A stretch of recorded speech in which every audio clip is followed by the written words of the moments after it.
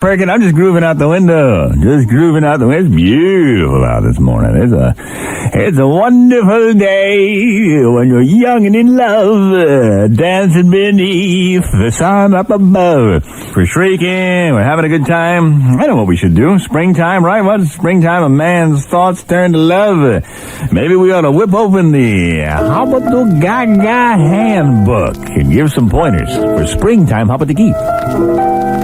This is a chapter that comes sealed in foil, so you only read it by your own choice. Chapter 90, Hobbledogagging with the comatose. That chapter is in the book only for the jaded.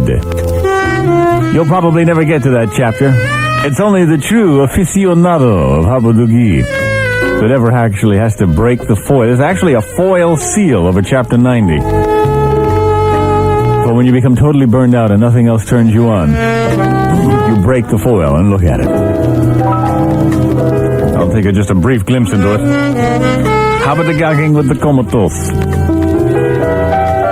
I mean, they're all there. Hospitals across the land. Usually on a special ward out of the way. You see, if normal meeting people doesn't fire you up, that's the danger of Hobbledogaga. You can become jaded. A lot of people that aren't Hobbledogaga say, oh, yeah, sure. But it's true. Just ask the man that's been there. The man that's been in every conceivable sort of liaison. Nothing really fires up his coals anymore, but just mention Hobbledogaga with the comatose. And right away you'll see that old sparkle come back in his eye.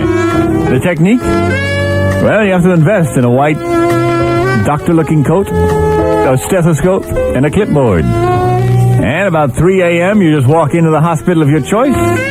Like you know where you're going, clipboard under your arm, nobody will stop you, nobody will ask you any questions. If anybody does, if a nurse says, doctor, can I help you?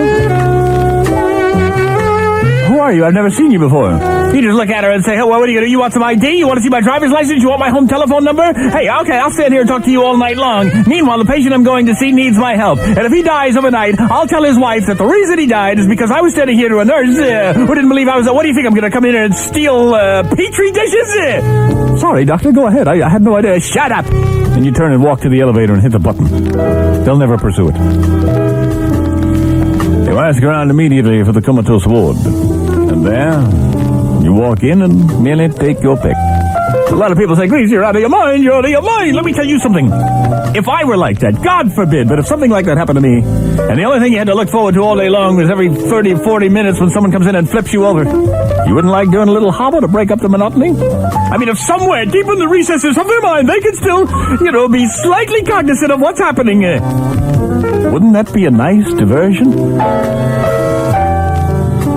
As a matter of fact, one time I was interrupted. I didn't realize it, but they were hooked up to these monitors, and in the midst of Hobbledogaga, their normal heartbeat would be boop, boop, boop, but then it would end up going boop, boop, boop, boop, boop, boop, boop, boop, boop, for a brief period. And I was eventually caught. I thought I'd do jail time, but as I explained to the family, the doctors got ready to haul me out of there, but the family said, no, wait. I think Sharon, if she were here, would like this young man.